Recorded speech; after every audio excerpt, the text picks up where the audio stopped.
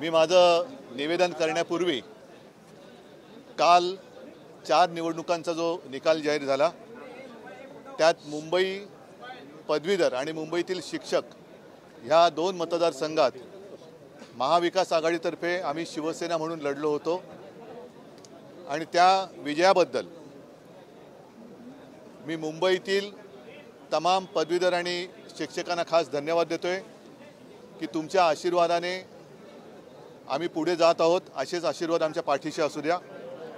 नाशिक आणि कोकण पदवीधर, नाशिक शिक्षक आणि कोकण पदवीधर इथे सुद्धा आम्ही लढलो होतो आणि तेथे देखील ज्यांनी महाविकास आघाडीला आशीर्वाद दिले त्यांना मी मनापासून धन्यवाद देतोय।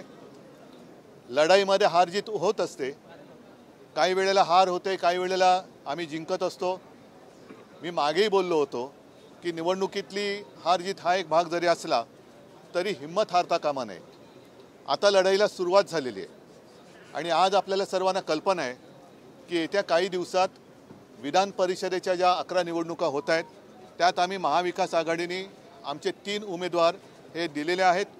त्याच्यामध्ये काँग्रेसतर्फे सातवताईंचा आहे, शिवसेनेकडनं मिलिंद नार्वेकर आहेत आणि NCP आणि आम्ही सर्वांनी मिळून शेका पक्षाचे आमचे सहकारी जयंतराव पाटील यांना उमेदवारी दिलेली आहे आणि आम्ही तिन्ही पक्ष त्याचबरोबरीने आमचे मित्र पक्ष पूर्णपणाने एकजुटीने हे तिन्हीच्या तिन्ही उमेदवार निवडून आणल्याशिवाय राहणार नाही हे आम्ही महाविकास आघाडी म्हणून आपल्या माध्यमातून तमाम महाराष्ट्रातल्या जनतेला सांगतो आहोत।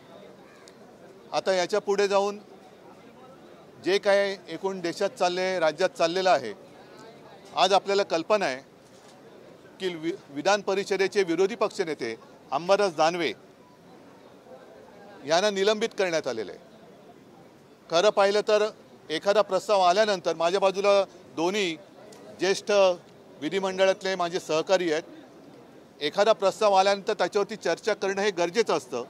दुसरी बाजू मांडू देणं हे लोकशाहीसाठी आवश्यक असतं आणि त्याच्यानंतर हा निर्णय अपेक्षित असतो। ठीक आहे, निलंबन करायचं की नाही करायचं हा निर्णयाचा अधिकार हा अध्यक्ष महोदय किंवा सभापतींचा असतो, पण त्याच्यासाठी एकतर्फी निर्णय एका कोणाकडनं तरी मागणी झाली म्हणून निर्णय घेतला हे लोकशाहीला घातक आहे, लोकशाहीला मारक आहे आणि हा लोकशाही विरोधी निर्णय।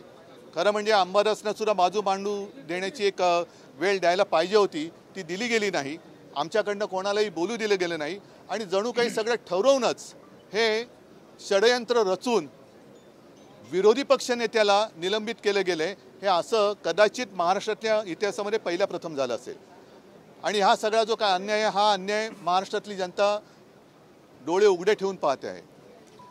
एकूणच काय की काल जो आमचा विजय दणदणीत झालेला आहे तो झाकळून टाकण्यासाठी हा एक निर्णय त्यांनी घेतला, म्हणजे कालच्या आमच्या विजयाच्या बातम्या मागे पडतील आणि ह्या निर्णयाची चर्चा होईल। तसंच जो एक त्यांनी बोगस अर्थसंकल्प मांडलेला आहे त्याची चिरफाड व्हायला आता सुरुवात झाली। लोकांना सुद्धा कळले, जनतेला सुद्धा कळले की धूळफेक आहे, निवडणुकीच्या तोंडावरती हे दाखवलं गेलेलं गाजर आहे आणि त्याची चिरफाड करायला आम्ही सुरुवात केल्यानंतर, अनेक तज्ज्ञांनी सुरुवात केल्यानंतर कुठेतरी चर्चेला वेगळ्या वळणावरती न्यायचं आणि मूळ मुद्दा बाजूला टाकावा, मूळ मुद्दा बाजूला पडावा म्हणूनच आकसाने विरोधी पक्ष नेत्यांचं निलंबन केलं गेलेलं आहे, ज्याचा आम्ही निषेध तर करतोच, पण संपूर्ण जनतेने हे पाहावं की तुमचा आवाज मांडताना, तुमचा आवाज आम्ही उठवत असताना विरोधी पक्ष नेत्याला निलंबित केलं जाते तर मग सामान्य जनतेची काय कथा। तर असं एकूणच हे वातावरण फार विचित्र आहे। या निमित्ताने मी परत एकदा सांगतो की येणारी विधान परिषदेची निवडणूक आम्ही तिन्ही मित्रपक्ष आमच्या सोबतच्या मित्रपक्षांसह ताकदीने लढू आणि आमच्या तिघांचेही उमेदवार महाविकास आघाडी म्हणून लढवलेत ते तिन्ही उमेदवार आम्ही जिंकून आणू।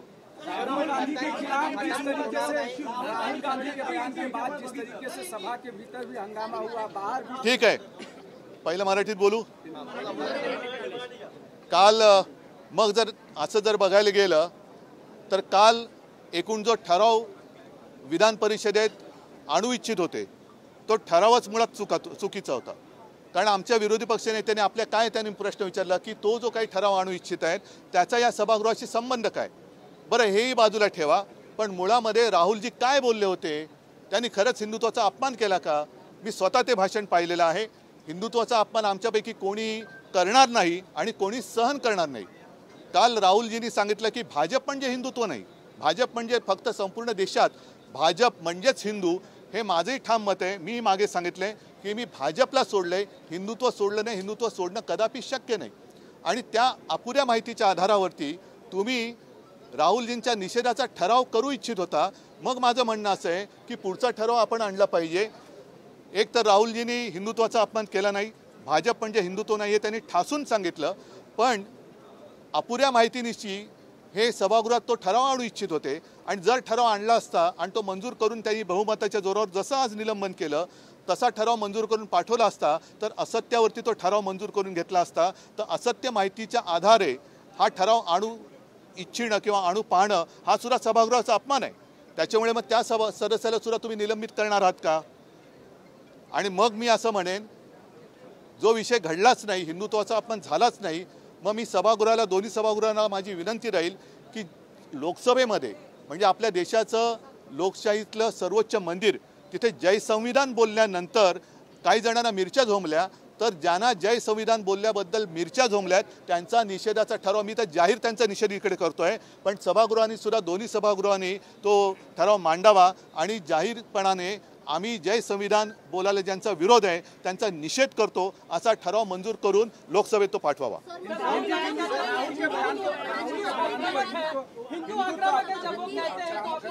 क्या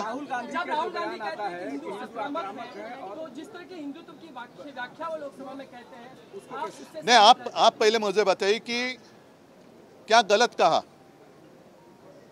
उन्होंने, कहाँ अपमान किया? एक तो वो तो बार बार दिखाना चाहते थे शिवजी की प्रतिमा, वो दिखाने के लिए पाबंदी लगाई गई. क्या यही हिंदुत्व है? जय श्री राम के नारे हम भी देते हैं तो वो चलते हैं. प्रधानमंत्री जी खुलेआम प्रचार सभा में जय श्री राम कहते हैं, लेकिन संसद में अगर बीजेपी के अलावा कोई कहे तो क्या वो अपराध है? संविधान को लेकर के जिस तरीके से उन्होंने कहा जय संविधान और उधर से घोषणाबाजी हुई, फिर महाराष्ट्र में विधान परिषद के भीतर जो हंगामा हुआ, इन दोनों को कैसे कनेक्ट किया? नहीं, मैंने सारी बातें कही हैं कि ये सारी अगर मगर की बातें हैं. अगर आपको ऐसा लगता है कि कल राहुल जी ने हिंदुत्व का अपमान किया है तो मैं नहीं मानता, क्योंकि उन्होंने साफ स्पष्ट शब्दों में कहा जो बात मैं कहते आया हूँ कि भाजपा यानी हिंदुत्व नहीं है. हम भी हिंदू हैं और हम में से कोई भी हिंदुत्व का अपमान करेंगे नहीं और हिंदुत्व का अपमान सहेंगे भी नहीं. और उसमें राहुल जी भी आते हैं जो अपमान करेंगे भी नहीं और सहेंगे भी नहीं.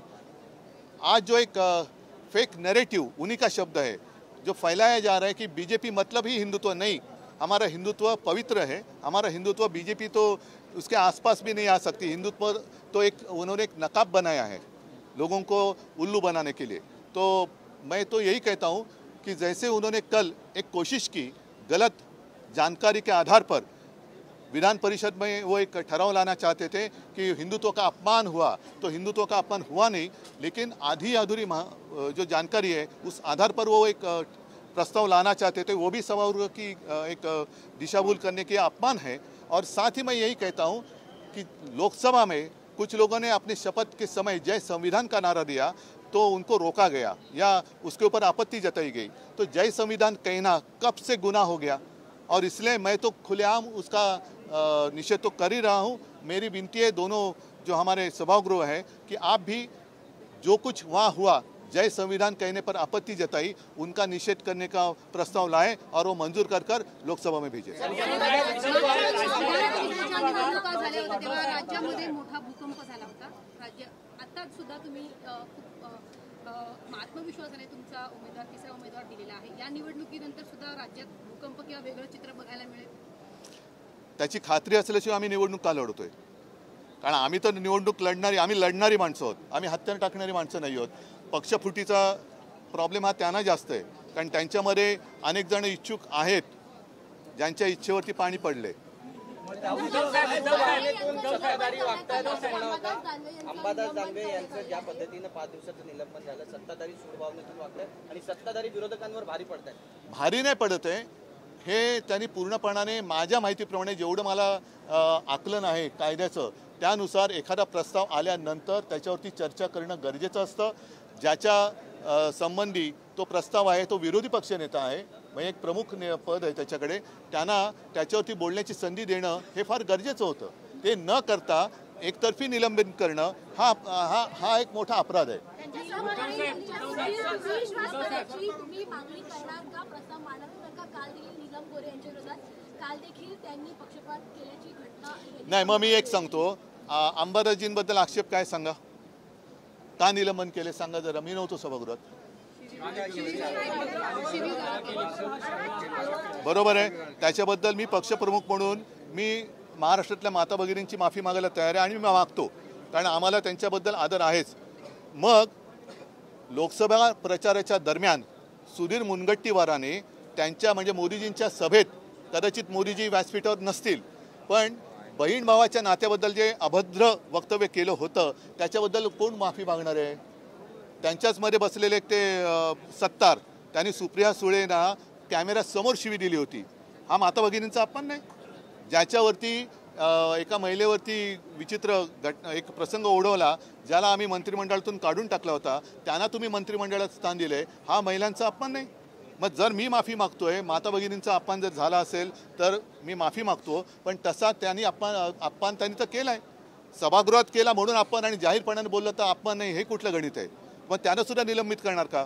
मुनगंटीवारनं तर जनतेने तिकडनं निलंबित केलंच आहे, विधानसभेत पण ते करतील, पण तुम्ही आतमध्ये काय करणार आहात? नहीं, ठीक है. राहुल गांधी के बयान को लोकसभा से निकाल दिया गया है. राहुल कौन सा? गांधी के कल के भाषण को लोकसभा से निकाला गया है पूरा? क्या बात कही? क्या बात कही? उन्होंने जो कहा था कि हिंदू जो है वो आक्रामक है. नहीं, ऐसी बात कही नहीं थी उन्होंने. और उन्होंने यही कहने की कोशिश की थी या कही थी बात कि हिंदुत्व का मतलब दूसरे धर्म का अपमान करना नहीं है. जो मेरे पिताजी कहते थे, जो मेरे दादाजी कहते थे कि हम हिंदू तो हैं, हमें भाजपा हिंदुत्व ना सिखाए, नहीं तो भाजपा की पूरी कुंडली जो है, जन्म कुंडली, वो उनको पहले पढ़ाई करनी चाहिए. कहाँ से शुरू हुई उनकी बात, जनसंघ की स्थापना कैसे हुई, उसके पहले क्या थी, वो सारी बातें निकलनी होगी. निमित्त से बार-बार सेट करने की कोशिश कर रही है कि जो महिलाओं का अपमान जो है सभागृह में किया गया. जो बात मैंने कही कि खुलेआम गाली गलौज करने वाले लोग आज भी आपके कैबिनेट में हैं, तो वो कैसे चलते आपको? ये मेरा हिंदुत्व नहीं है. अगर कल मैं सभागृह में नहीं था, कल अगर गलती से या कुछ भी अंबादास जी ने कुछ गलत कहा होगा महिलाओं के बारे में, तो उसके लिए मैं माफी मागता हूँ. लेकिन सामने से म्हणजे शिवसेना भवनवरती चाल करून येणारी माणसं, हे बोलणारी भाषा करणारी माणसं जर तुमच्याकडे बोट दाखवून अपमान करत, काय संबंध आहे? तुम्ही सभापतींकडे मागणी करा. त्या सगळ्या प्रकरणामध्ये अंबादास काय जबाबदार आहे? तुम्ही सभापतींकडे सांगायला पाहिजे होतं. भाई, आप कुछ भी करे तो प्रजातंत्र है और हम कुछ भी करें तो अपराध है, ये बात नहीं चलेगी. ठीक है, चला. मला वाटतं 3 उमेदवार दिले आहे, संख्याबळ तसं पुरेसं नाहीये. जुळवाजुळव कशी होणार, मला सोडून गेलेले प्रेम दाखवणार का या विधान? या सगळ्या गोष्टी निकाल लागल्यानंतर तुम्हाला कळेल. चला, धन्यवाद.